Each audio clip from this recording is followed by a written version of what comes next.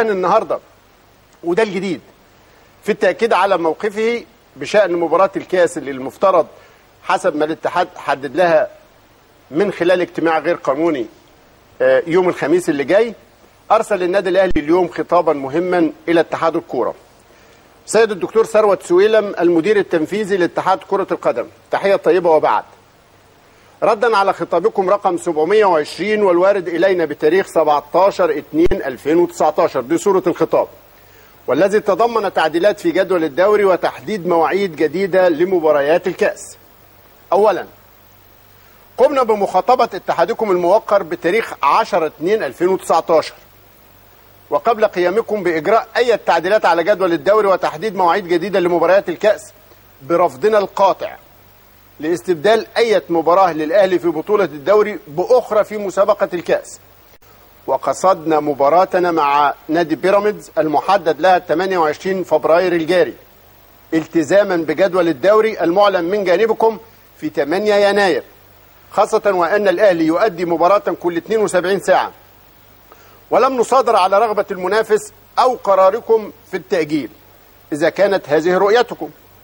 وبالفعل قام اتحادكم بالإعلان عن تأجيل مباراة الأهلي وبيراميدز في الدوري بناء على الطلب الأخير بعدم مواجهة الأهلي للمرة الثانية هذا الموسم قبل أن يلعب مباراته المؤجلة مع الزمالك من الدور الأول والمحدد لها 30 مارس.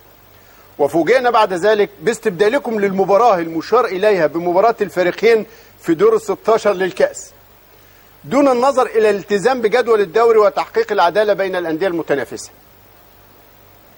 انتوا اللي خرقتوا هذا الالتزام. ثانيا، عند مطالعة التعديلات التي قمتم بها على جدول الدوري، فوجئنا بأن المبدأ الذي تم الاستناد إليه من جانبكم لتلبية رغبة نادي بيراميدز فيما سبق الإشارة إليه لم يتم تطبيقه عند تحديدكم يوم 24 فبراير الجاري لمواجهة الأهلي مع الجونة للمرة الثانية هذا الموسم، والأخير لم يلعب مباراته مع الإسماعيلي المؤجلة من الدور الأول والتي لم يتحدد لها موعد حتى الآن. يعني الأهلي بيقول له لاتحاد الكرة، أنت لما بدلت ماتش الجونة بالكاس، حطيت الجونة في الكاس مكان ماتش الدوري، استندت على شكوى البيراميدز إنه الأهلي لسه ما لعبش مع الزمالك، يبقى أنا إزاي هلاعب الأهلي مرتين والأهلي لسه ما لعبش مع الزمالك؟ طب نفس المعيار ده انت خلتني العب مع الجونه في الدوري مباراه الدور الثاني والجونه لسه ما لعبش مع الاسماعيلي خالص. فين المعيار نفسه ان مفيش فريق هيواجه فريق في المباراه الثانيه من غير ما الفريقين التانيين يكونوا لعبوا اصلا السنه دي؟ انت طبقت المعيار ده على الاهلي وبيراميدز والزمالك وتجاهلته خالص مع الاهلي والجونه والاسماعيلي، وكلهم زي ما اتفقنا فرق واحده في ذات المسابقه. من غير المنطق ابدا ان انت تقول لي لا اصل انا بتكلم على المنطقه الثالثه، المنطقه اللي فوق، المنطقه اللي فوق بأمارة ايه؟ يعني المقصه لو كسب كل ماتشاته ما ياخدش المركز الثاني نقول له ده محجوز لبيراميدز او محجوز للاهلي او محجوز للزمالك؟ فين المنطق والحق هنا في الجزئيه ديت؟ فاذا كنت بتعتبر ان الانديه كلها سواسيه وكلها ليها نفس الحق في مسابقه واحده، يبقى المعيار اللي انت طبقته على الاهلي وبيراميدز والزمالك كان لازم أن تطبقه على الأهلي والإسماعيلي والجون. ده ما تمش، فالأهلي بيقول له المعيار ده نفسه أنت غيبته.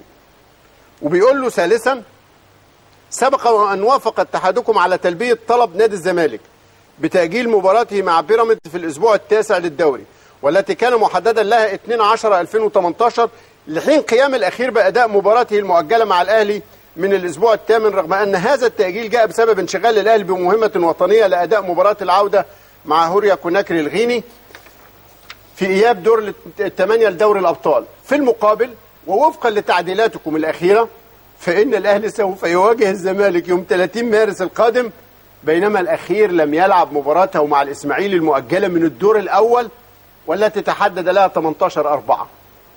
ما هو دي حاجات اللي بتخليك، وده ده يعني فكرة الاستقواء. أنت لا تضع معايير وتطبق معايير. أنت باصص على فرقة واحدة عمال بترتب الأمور على ضوءها هي بس. إن لا أنا